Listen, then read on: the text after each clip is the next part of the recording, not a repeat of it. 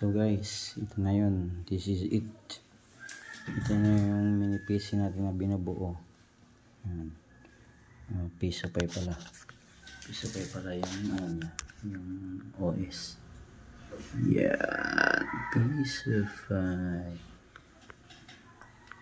Okay, goods na siya. So ngayon, okay na. Umagana na siya.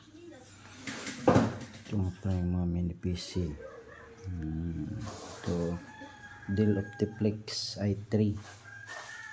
Tapos yan, ito ano to siya, TP-Link na smart switch.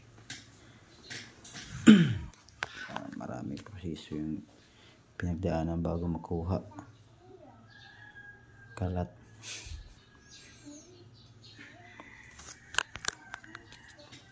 Goods na. So ready na siya for deployment.